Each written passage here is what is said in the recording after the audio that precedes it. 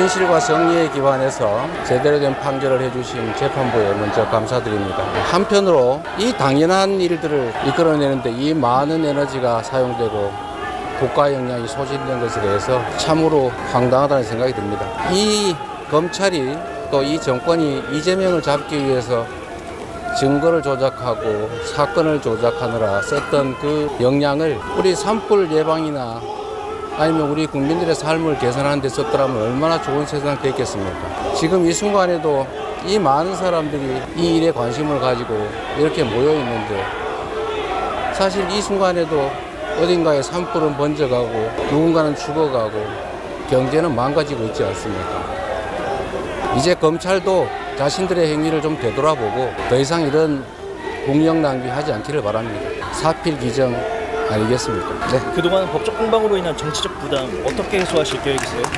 김문기 처장과 백현호 관련방은 전부 다 무죄에 나왔는데 어떻게 보십니까? 이번 판결 대권 도전에 어떤 영향 미칠 거라고 보십니까?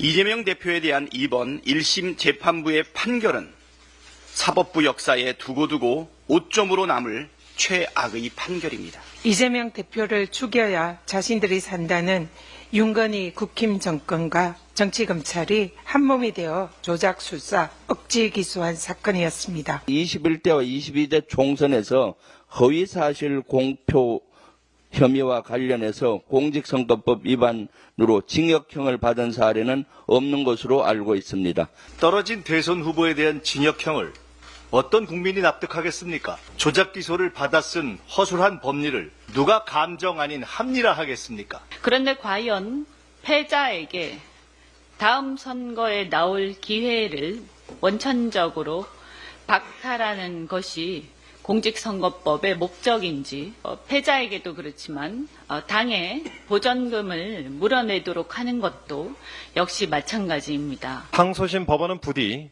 이 점을 꼭 살펴서 공정한 판단을 내려주시기 부탁을 드립니다. 삼권 분립, 이것은 민주공화국 대한민국의 가장 중요한 기본 질서입니다. 저는 헌법에 따라서 민주주의와 인권을 지켜온 대한민국 사법부를 믿습니다.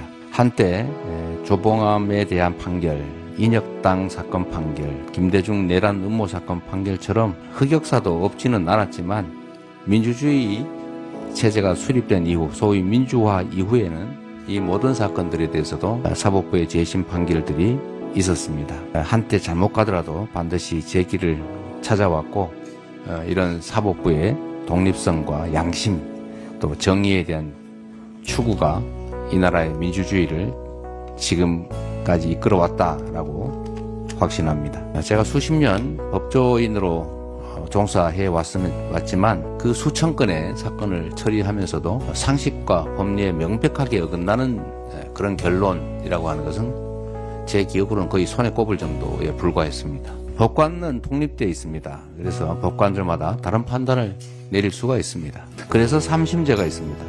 고등법원, 대법원이 있는 이유가 바로 그것입니다. 제가 현실의 법정이 2번 남아있다라고 말씀드렸던 이유기도 합니다. 판결에 대해서 비판할 수 있습니다. 잘못된 건 잘못됐다고 말할 수 있는 게 또 민주주의입니다.